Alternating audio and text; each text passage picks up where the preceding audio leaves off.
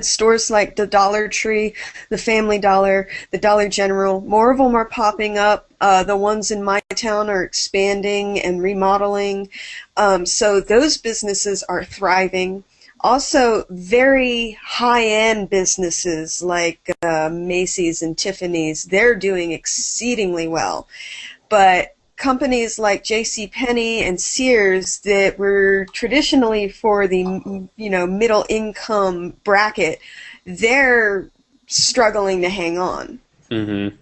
And that's actually a really great point. We're a consumer society, and yet our middle class and we're not able to consume as much, and that leads to a real problem in being able to have an economic recovery that basically helps everyone, because right now it has not helped everyone. It's helped only very few at the top.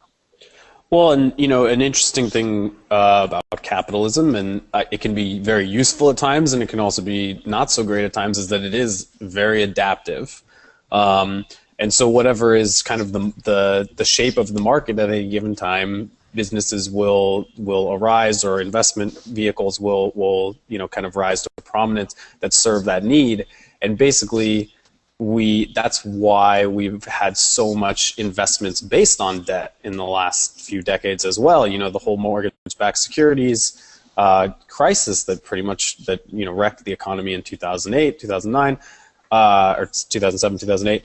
That was basically a result of there's nothing real to invest in, so we're just going to generate a ton of debt. We're going to package it all up, and we'll invest in that because, again, we're avoiding dealing with the underlying kind of issue at work here, but there's all these ancillary kind of markets that wind up developing around the problem, and they actually, exacerbate it.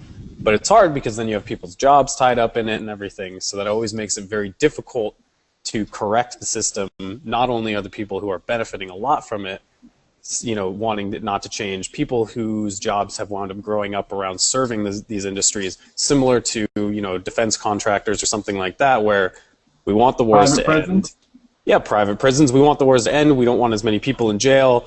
Those are good goals, but what that means in practice is a lot of people are going to lose their jobs because their jobs have grown up around servicing those basically unnecessary growths in those different systems. So right. I think a key piece to changing it is giving a direction to offset and to create those jobs in a different place, because you can't just say, well, we're just going to cut this.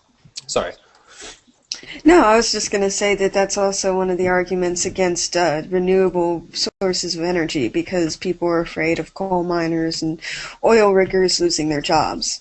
But like you just said at the very end, we need to transfer that loss and give it to the renewable resources, so to create better jobs.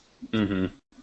Well, and I think that's really that's part of what's so hard and frustrating about the Obama presidency is I think we're in the midst of what is just such an incredibly important time and opportunity, really, with a stagnant economy, a huge amount of labor supply that's not being used, and really an impending human crisis, which is climate change, that's going to wind up basically making civilization impossible.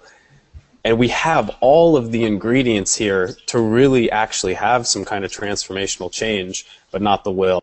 And that's what's so unfortunate.